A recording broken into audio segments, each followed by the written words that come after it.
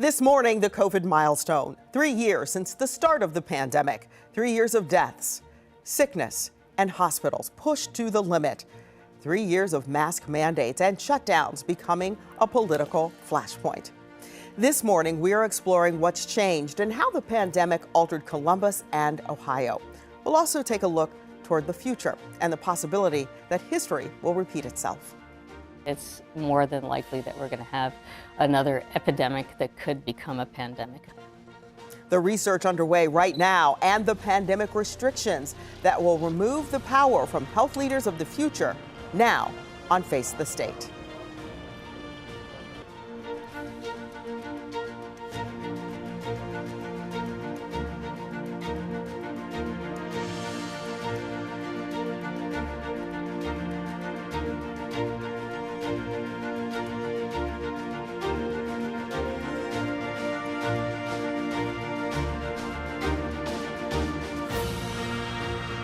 Good morning, I'm Tracy Townsend. Thank you for joining us this week for Face the State.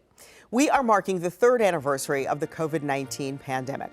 While the world is seemingly returning to normal, the virus and its impact are still ever present in our lives. Many have become numb to the daily death toll and the case counts. But it wasn't always that way. As we look back on March 2020. It's the month when everything changed. March 2020 was just that. A month of unknowns. Right now, Ohio has no confirmed cases. Days before the first cases would arrive in Ohio, March 3rd, the first change as fear of a new virus spread as quickly as the cases were around the world. It's a very sad day for me today. Fans were banned from the Arnold Classic as the state quickly started to take action to prevent the coronavirus from spreading.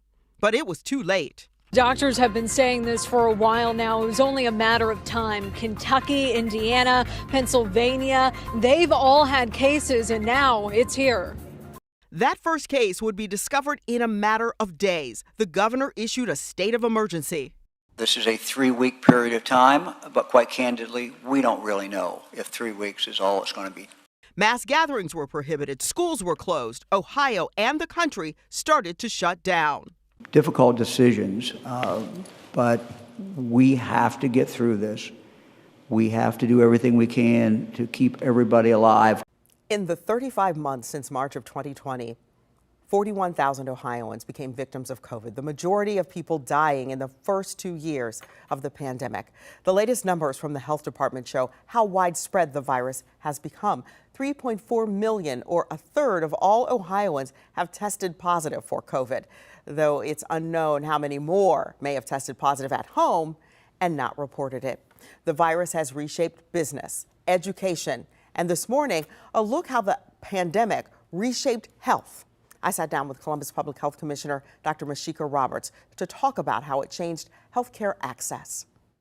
COVID-19, 3 years later, Columbus Public Health Commissioner Dr. Mashika Roberts says she's pleased to see progress, but cautions there is room for improvement. Now we can test at home in the privacy of your home, but then you had to go to a location, you had to have someone swab you, and then we had to send it away, which took time. Commissioner Roberts also points out that more people know about public health now than before March of 2020.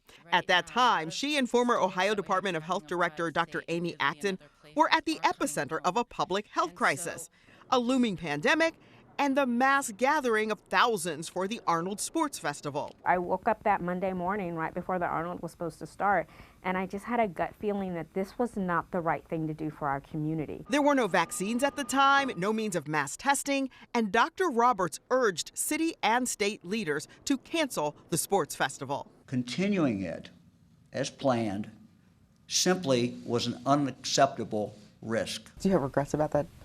Absolutely not. It was the best thing we did for our community. I believe strongly that we prevented being on CNN on a regular basis, being the epicenter of a large outbreak in Ohio. And Dr. Roberts also cites the progress made in moving from mass drive-through testing sites to candid conversations after racism was declared a public health crisis. I tell this story pretty vocally. The first case that we confirmed here in Columbus was a minority, and they told the story very explicitly that they had to beg to get the test because the people and the healthcare providers were like, I don't think this is COVID yet. They had all the risk factors that we knew about at that time, but they had to beg, and finally they were successful in getting tested. Dr. Roberts says there is growth in cultural competence, as well as gains from medical experts pushing for science and research and against fear about vaccine effectiveness and disinformation. We talk in our friend circle, have you been vaccinated? Have you been boosted? When did we ever talk about that before, you know? But now we talk about it, you know, and so I think we have come to a different level. We still have a lot of work to do, though.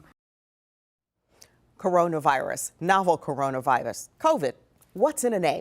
Well, the World Health Organization weighed in and named the disease caused by the novel coronavirus, COVID-19. Interestingly enough, the virus's name is actually an acronym. CO for corona, VI for virus, D for disease, and then 19 for the year the outbreak was first recognized, late in 2019. It took about a year into the pandemic for vaccines to truly become available for all. Many Ohioans jumped at the chance to get theirs.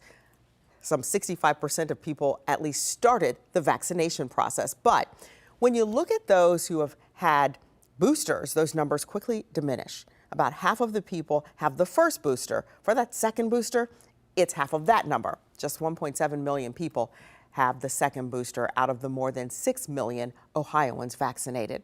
Although it feels so much has changed for all of us in these last 3 years, for nurses on the front lines, the memory of those early days, well, that memory is still raw. 10 TV's Lindsay Mills was allowed inside one intensive care unit that saw some of the first and worst COVID cases in Ohio.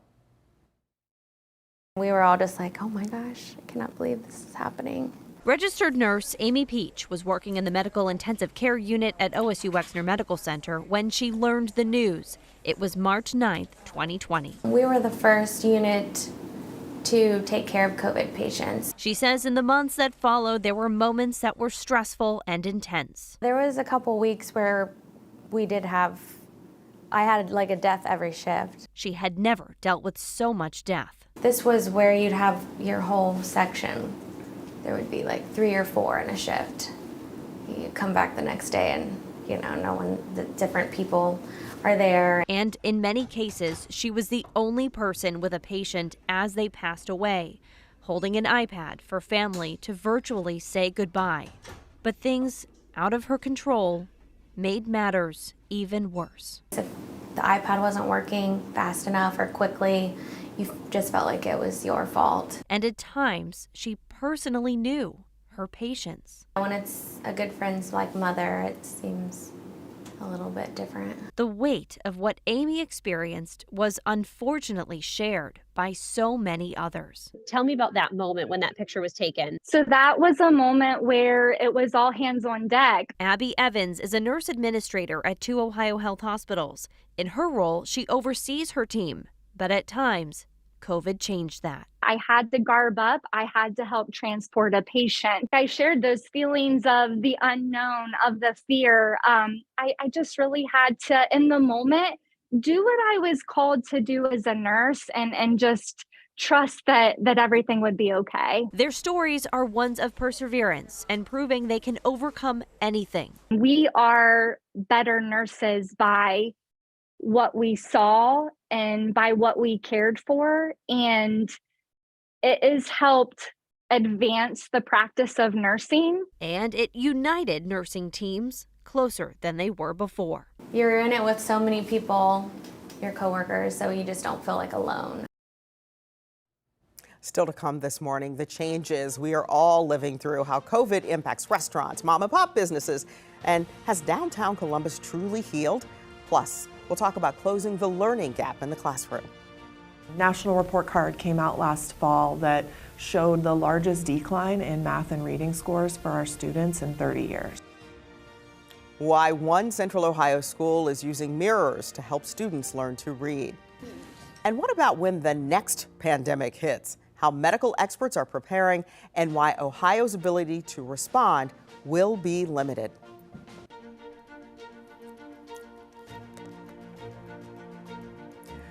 Ohio's report on schools came out this month, and it shows our literacy achievement rate with third graders is low. According to the report, 40% of Ohio's third graders are not proficient in reading. The report assesses the 2021-2022 school year. It shows the numbers are higher than the 2020-2021 school year, but the most recent numbers are lower than the pre-pandemic school year. One Central Ohio school district has come up with a unique way to help third graders with that. As 10 TV's Amy Steigerwald found, teachers, tutors, and school administrators everywhere are getting creative to make up for that lost time.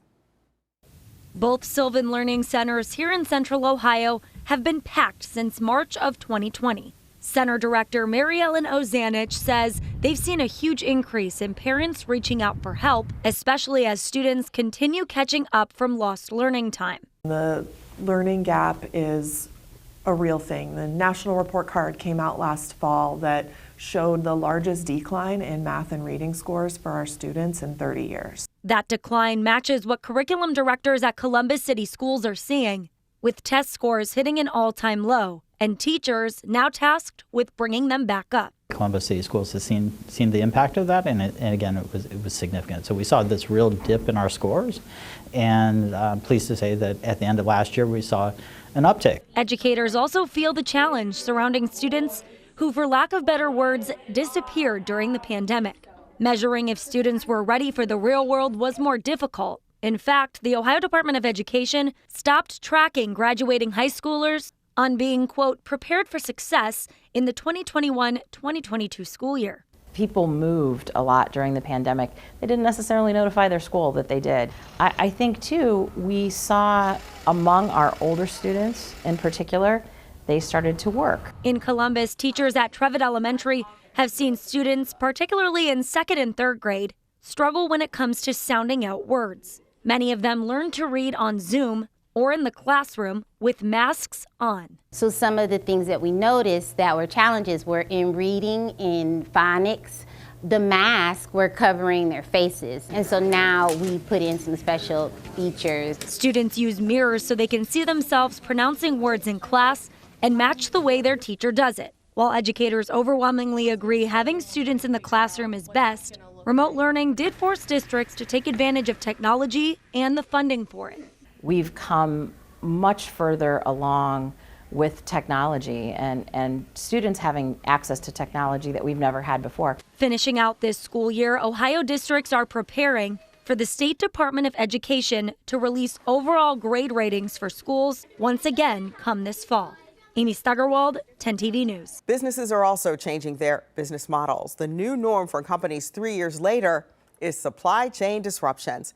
Keely Croxton is a professor of logistics at The Ohio State University and says companies are more resilient with investing in extra capacity and raw materials. But there's a trade-off if you want to make sure there is no disruption: higher prices. Consumers will have to pay more to make sure the shelves are full. She says supply chain managers are now looking past pandemic-related issues with a rise in natural disasters, cyber risks, and political uncertainty. The political tension, both with China and with Russia, still has a lot of supply chain managers, I think, losing sleep because there's still a lot of potential for things to go wrong. And I don't know that we'll see anything quite like the pandemic, but there's going to continue to be disruptions. That's a certainty. Companies will have to continue to find other avenues to remain competitive, and Croxton believes there will be pockets of shortages from time to time. Clay Gordon, my Wake Up CBUS co-anchor, is joining us on this Sunday to talk about COVID in business and the economy. You know, we're so used to seeing all the trucks on the roads, and then all of a sudden they were stuck. And we all saw those images of the ports, of those ships that were kind of stuck out at sea for a while too. And this is why this happened. For decades, we were relying on cheaper avenues, these global supply chains. And now we know, after covering the virus for so long, that it's so finicky that we know how quickly the virus spread. And so now we know how quickly supply chains could fail. And we saw that so prominently with the lines and the sort of rationing of things like toilet paper. Yeah. And we are now in the lexicon talking about supply chain. So let's talk about toilet paper. That was the big one. Right. What was the reason behind that? Well, a lot of grocery stores didn't have a lot of backstop because they never needed a lot of backstop. we weren't working. So, we were using more toilet paper at home. Right. So that's the commercial versus the consumer too. But that changed all of our lifestyles. We were working from home. We were going to school at home. So what did we need more of? Right. Laptops, televisions, more things to stay at home and be comfortable. Even new appliances, they all have computer chips in them now. So what didn't we use? Our cars. We weren't commuting as much. So the car industry said, take our computer chips. We don't need them. So then, the electronic industry was getting them, and then everyone's like, wait a second, we need cars again. And then the car industry is like, we can't, they're going to sit here until we get those chips in there too. We're hoping here in Central Ohio that this new Intel plant solves this globally. Yeah. But that could be 2025 or 2026. So we're kind of pretty far out on that. But luckily, though, other supply chains are catching up. So we talked about, COVID and the disruption, but we also need to talk about the Ukraine-Russia conflict. Yeah. How did that play in? So we saw the ports clogging up for goods. Everyone was ordering online while we were at home. And us included, right? And the ports couldn't keep up with it. They didn't have enough staff. But now kind of demand kind of shifted. As Professor Croxton said, the pendulum is swinging back. But that's not the case for every country. Obviously, Ukraine and Russia, they're tied up in this invasion. And so that means grain is not coming out of Ukraine. Does that affect our food supply? Not as much. That's more of the breadbasket of Europe and other parts of the world. But we are feeling it with oil prices. Yes. There's a ban on Russian oil. So those ships are sitting out at sea. There's no buyer for that. So we saw the gas prices rise. But with the gas prices and oil prices rising, natural gas costs went up. Fertilizer costs. That actually does affect our food because our farmers use that fertilizer. So it's all connected, and those ships really aren't moving as much as we need them to be. And I will just say the last thing is, and what Professor Croxton was telling me was, we need to expect more disruptions. Maybe not another pandemic, but natural disasters. This has got to be factored into a lot of business managers' minds now. So this is something that if you run a business, you have to constantly think of. And if you're the consumer, you're going to be paying more for them to backstock. So you have to accept either that or accept hey, we're out of this for a while. We're going to just have to wait until it comes back in stock. Well, hopefully these are lessons learned, because there could be a next time, and we're better prepared for if and when that happens. Let's hope. Yeah. Clay, thanks for joining us on the side. We appreciate it. Who can forget the stay-at-home orders that forced so many businesses to shut down? And many of them had to get creative to stay afloat.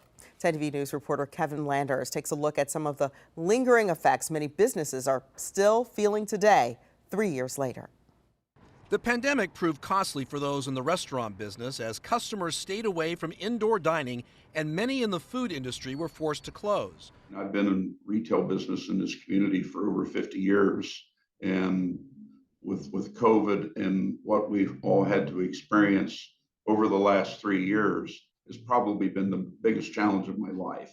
Rick Crago owns Leon's in Marysville. As menus became a potential health concern, he, like other food providers, pivoted to QR codes so customers could have a touchless menu. Crago says he was able to keep his doors open in part because of the city's DORA, or Designated Outdoor Refreshment Area. Marysville was one of the first in Central Ohio to start one pre-pandemic. And it just allowed them an opportunity to get out on the streets and enjoy uptown and enjoy also an adult beverage and not be close to other people. 3 years after the pandemic, he says lingering problems remain.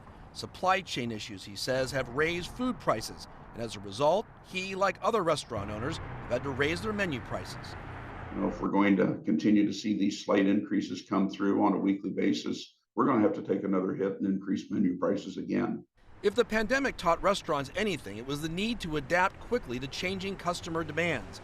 Many were able to stay open thanks to curbside pickup and outdoor dining.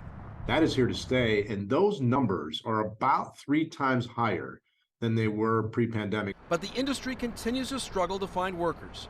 We're still on a national basis down somewhere between 10 and 20%. Now, you'll walk into some restaurants and they look fully staffed, and if they're like that, they're kind of beating the averages, which is great. But the average restaurant is still running shorthanded, and that just isn't going to change. The viral risk has diminished, but World Health experts say the next outbreak could happen soon, and they're not waiting around for it to happen. However, in Ohio, their ability to act will be limited. Health officials in this state won't be able to close businesses and schools, nor will they be able to force people who are sick or exposed to go into quarantine. Ohio is one of 30 states with laws limiting the public health authority. We saw the consequences of those laws play out recently with the recent measles virus, and some leaders who were upfront about their frustrations. Even so, health researchers are looking at ways to get ahead of any other infectious diseases that spread from animals to humans. Seattle scientists say the country can be better prepared for the next pandemic, starting with strengthening labs and contact tracing. Making sure that there's the right funding and the right stockpiles of vaccines and diagnostics available, because if you don't have that, then you're kind of running blind on what the actual situation is. The first step that we would need if we would want to develop a vaccine for these types of viruses. Health experts view the world's next virus outbreak as inevitable, but learning from the COVID-19 pandemic, they say, will make the difference in saving the lives of millions of people. For the first time, Ohioans have long enjoyed college basketball and the tournament. And now, this year, fans can legally bet money on their brackets. Next, I talk with Ohio sports gambling about the increased gambling risks this puts on Ohioans.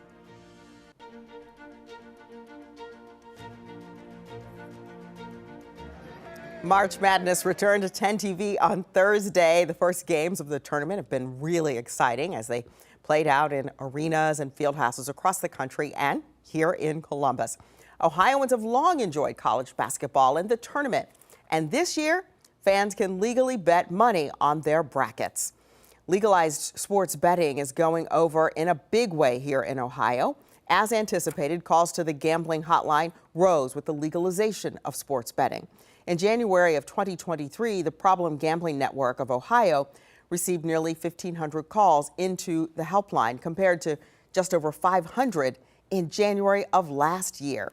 I talked with Derek Longmire from the Problem Gambling Network of Ohio about the risks of sports gambling, how to gamble responsibly, and how to recognize there's a problem.